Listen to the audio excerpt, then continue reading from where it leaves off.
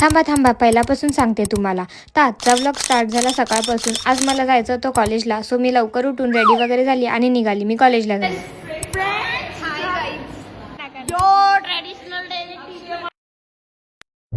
प्यारी समझ गए.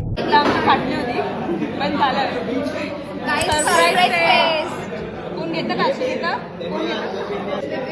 काही लिहिलंय पॉइंट बरोबर लिहिले फक्त पॉइंट पण तरी आयडी नाही घेतली.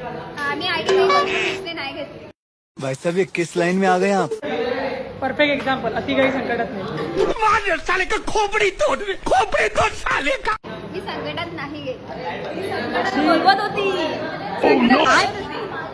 संकटांनी मला दत्तक. मेरी खोपड़ी में कितना टेंशन है तेरे को मालूम क्या? त्याच्यानंतर आम्ही निघालो घरी जायला. त्याच्या आधी आमची बडबड ऐका. आज आमच्यासोबत झालं ना खास काहीतरी. काय झालं? टेस्ट झाली आमची सरप्राईज.